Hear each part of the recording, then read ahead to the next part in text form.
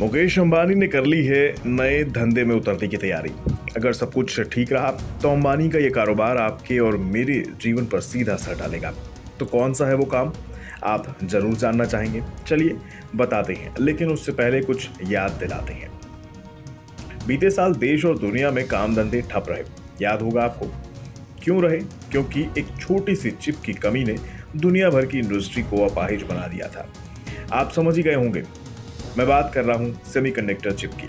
तब इस चिप की कमी ने भारत को यह संकल्प लेने के लिए तैयार कर दिया कि अब इस चिप की कमी दोबारा देश तो क्या पूरी दुनिया में नहीं होगी, क्योंकि अब इसे भारत बनाएगा।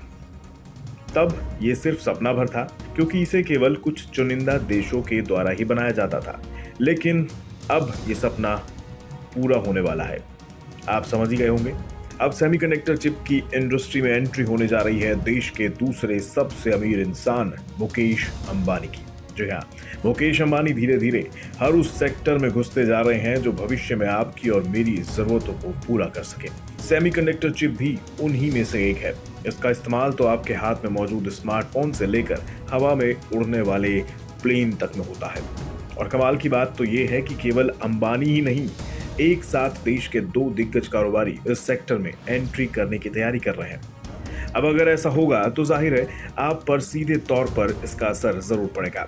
अगर देश में ही इस कारोबार को शुरू कर लिया जाए तो कैसे, चलिए जानते हैं आज के इस वीडियो में। शुरुआत खबर से करते हैं।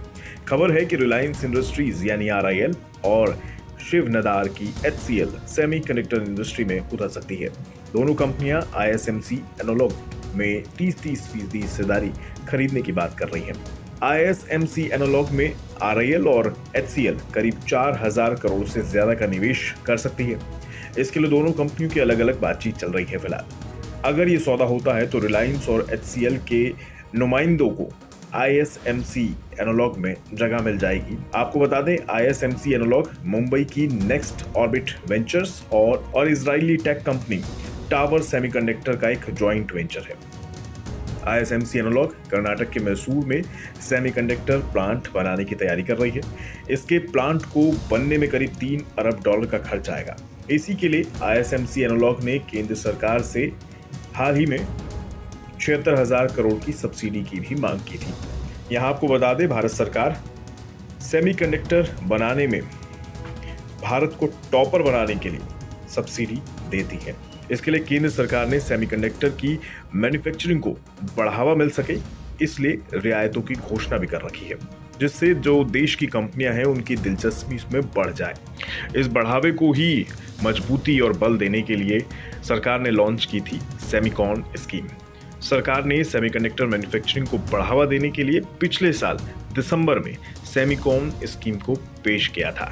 इसमें केंद्र के साथ राज्य सरकारें भी रियायतें देंगी। सरकार का मकसद, इस तरीके की स्कीम को लाने का जो मकसद है वो ये है कि सेमीकंडक्टर इंडस्ट्री के लिए एक बेहतर इकोसिस्टम तैयार हो जाए। वहीं दूसरी ओर PLI के जरिए 18 सेक्टर को घरेलू मैन्युफैक्चरिंग में मदद दी जा रही है, जिसमें से कुछ में शानदार कामयाबी भी मिली है। इस चीज को ही दोबारा दोहराना चाहती है सरकार इस नई स्कीम के जरिए। यानी सरकार ऐसी ही कामयाबी की उम्मीद सेमीकंडक्टर उद्योग में भी कर रही है। यहाँ देखने वाली बात यह है कि भारत इस उद्योग को ऐसे समय में बढ़ावा दे रहा है जब चीन और ताइवान के बीच तनाव बढ़ा हुआ है। ताइवान सेमीकंडक्टर चिप के लिए हब माना जाता है पूरी दुनिया में। दुनिया की सबसे बड़ी कॉन्ट्रैक्ट चिप बनाने वाली कंपनी ताइवान की TSMC है। ताइवान इलेक्ट्रॉनिक्स और चिप बनाने के क्षेत्र में भारत के साथ सहयोग बढ़ाना भी चाहता है। उधर अमेरिका अपने यहाँ की कंपनियों को चीन से बाहर कॉन्ट्रैक्ट मैन्युफैक्चरिंग करने को कह रही है। वह चाहती है कि ऐसी कंपनियां भारत जैसे देश में ये काम करें। मिसाल के लिए अमेरिकी कंपनी एप्पल ने इधर भारत में आईफोन की असेंबलिंग बढ़ाई है, जो कभी चीन में ज्यादा हुआ करती थी, जिससे देश में सेमीकंडक्टर की मांग और बढ़ गई है। सच पूछिए तो सेमीकंडक्टर कुछ वैसे ही राजनीतिक अहमियत हासिल करते जा रहा है जैसी 70 और 80 के दशक में न्यूक्लियर टेक्नोलॉजी को हासिल थी।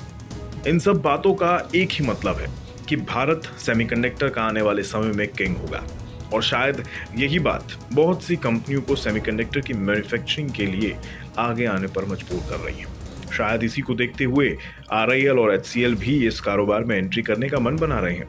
रिलायंस को तो इसके और भी कई फायदे होंगे, क्योंकि रिलायंस अभी गूगल के साथ पार्टनरशिप में श्री पेरम्बदूर और तिरुपति में फीचर फोन और स्मार्टफोन बनाती है।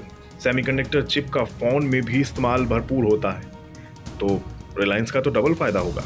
आपको बता दें, ऐसा नहीं है कि आरआईएल और एचसीएल ही इस रेस में लगी हो। इससे कुछ ही समय पहले अनिल अग्रवाल की वेदांता ग्रुप ने ताइवान की फॉक्सकॉन के साथ मिलकर गुजरात में सेमीकंडक्टर प्लांट लगाने का ऐलान किया है। आपको क्या लगता है, क्या भविष्य में भारत दुनिया में सेमीकंडक्टर चिप का बादशाह होगा? कमेंट बॉक्स में बताएं।